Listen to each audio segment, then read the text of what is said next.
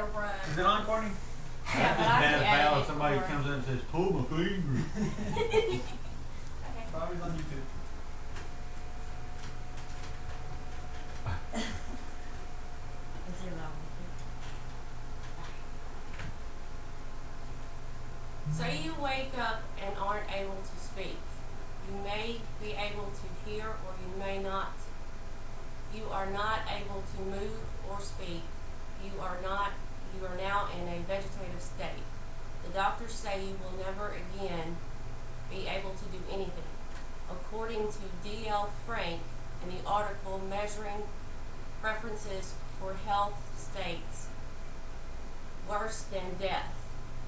Medical decision making in a 1994, 70 to 95% of people would rather refuse aggressive medical treatment than have their lives medically prolonged or other poor paralysis states. I do not want to live this way. If you do not want to live this way, then you need to have a living will made. Advances in medical techniques have led to people being able to survive serious injuries. Some of these people end up in a vegetative state. Weeks from the U.S. Today in August 1996 says that aggressive medical intervention leaves nearly 2 million Americans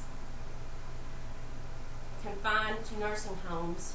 A publication by the U.S. Congress Office of Technology Assessment, Living Extension Technologies and the Elderly in July 1987 states that 1.4 million Americans remain medically frail as to survive only those for the use of feeding tubes, and as many as 30,000 people are kept alive in permanently vegetative states.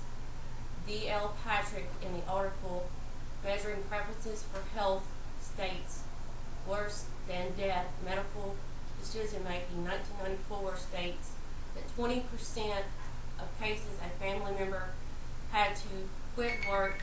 31% said all or most medical savings, even though of those people, 96% had insurance, and 20% reported loss of their major source of income.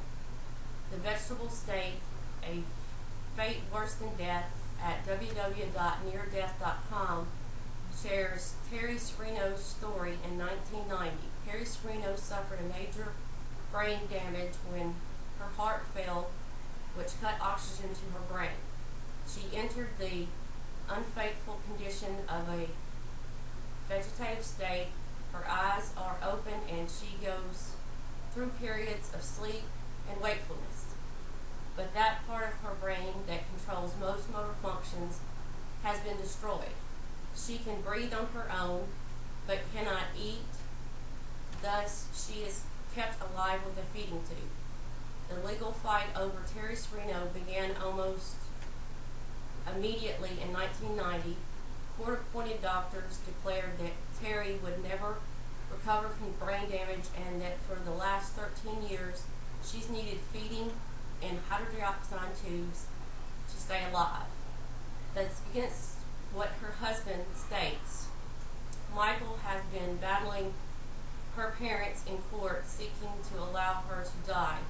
For all of the medical, the fate of Terry Serino, the most ventral question remains unanswered. Knowledge, legal wrangling, and family admonishment extended in the past 10 years over would the 39-year-old Florida woman want to go on living in her current vegetative state. That mystery could have been solved with a simple piece of paper, a living will. Serino making clear how she would want to be treated medically if she no longer could communicate, lacking that her husband, her parents, and a substantial strangers, judges, and Florida legislative Governor Jeb Bush have interviewed to decide whether she would live or die 13 years after collapsing in her home. This should be an important lesson for anyone who does not want to be kept artificially in limbo for decades. Francis Burke's in the article Reasons for Having a Living Will at www.ehelp.com writes, another advantage of compiling a living will while you are healthy is that you can review it with your family members and doctors to make sure your wishes are understood by them.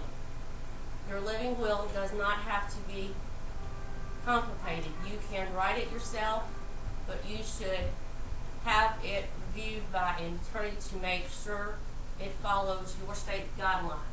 The website for the U.S. Living Will Registry has many important information compiled on living wills.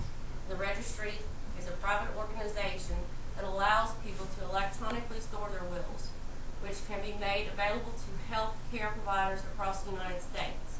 If you do not want to live like this, go have a will done. Don't make your family have to decide what needs to be done when they are already upset that you are hurt. Make these decisions now so that everyone will know what you would want them to do. Here we're going to take a couple look at some slides showing the percentages. And then this is Terry. And I want to thank y'all for coming out this evening.